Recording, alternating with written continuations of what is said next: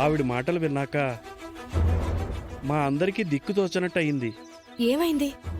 త్వరలో జాతర ఉందని ఆనవాయితీ ప్రకారం అమ్మవారిని ముక్కు పుడుకొని తీసుకొని రమ్మన్నాం. అందుకు ఆమె రావడం కుదరదు అంది. జాతరంటే అందరితో నీరాజనాలు అందుకోవడం కోసం పరుగునొచ్చేస్తుంది కదా. ఏమోనమ్మా, ఈసారి వింతగా మాట్లాడారు. ఆ ఇంట్లో అర్చన అని ఒక పాప ఉంది. ఆ పాప ద్వారా నువ్విక్కడున్నావని తెలిసింది.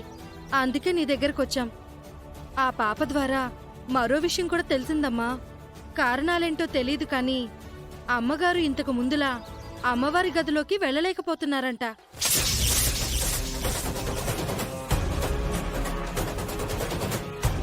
మా విన్నపం ఏంటంటే, నువ్వు ఎన్నోసార్లు మన ఊరొచ్చావు, అమ్మవారికి ప్రసాదం తయారు చేశావు.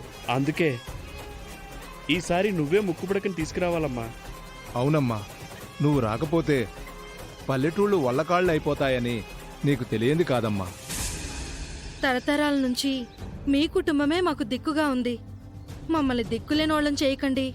అత్తయ్య పూజ గదిలోకి వెళ్ళలేకపోవడం ఏంటి? ఆశ్చర్యంగా ఉంది. నాకైతే చాలా ఆనందంగా ఉంది. తిక్క కుదిరింది ఆవిడికి. నేనే పెద్ద గొప్ప అంటూ విర్రవీగింది కదా, ఇప్పుడు బాగా జరిగింది. అమ్మా, కుటుంబ గొడవలు పక్కన పెట్టి మిమ్మల్ని నమ్ముకున్న కుటుంబాలకు న్యాయం చేయండి. సరేనండి, నేను ఆ విషయం గురించి తెలుసుకుంటాను. మీ సమస్యకు పరిష్కారం నేను ఆలోచిస్తాను. ప్రసాదం పొలంలో జల్లుకుంటేనే కదా మీరు ప్రశాంతంగా ఉండేది. నువ్వు వెళ్ళి ఏం వెలుగబెడదాం అనుకుంటున్నావు? ఏం అవసరం లేదు. అదేంటమ్మా అలా అంటారు? వేదవతి గారి వల్ల నా చెల్లెలు చాలా ఇబ్బందులు పడింది. ఇంకా చెప్పుకుంటే చాలా లోతుగా వెళ్లాల్సి వస్తుంది. ఇప్పుడు ఆ విషయాలన్నీ అనవసరం. నా చెల్లెలైతే ఈ విషయంలో జోక్యం చేసుకోదు. ఇక మీరు బయలుదేరండి. ఇలా ఎవరికి వాళ్ళు తప్పించుకుంటే తప్పు కదమ్మా.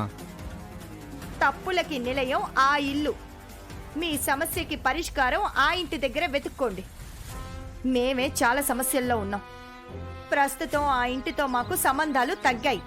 అందుకే నా చెల్లెలు వస్తుందని మీరు మాత్రం ఆశలు పెట్టుకోవద్దు. దయచేసి ఇక బయలుదేరండి. అది కాదక్కా. నువ్వింకేం మాట్లాడుకవని. మీరేం అనుకోకండి, మీరు వెళ్ళండి. ఇంకా వారం రోజుల సమయం ఉందమ్మా. ఇక మీ దయ మా ప్రాప్తం. నిర్ణయం తీసుకుని చెప్పండమ్మా.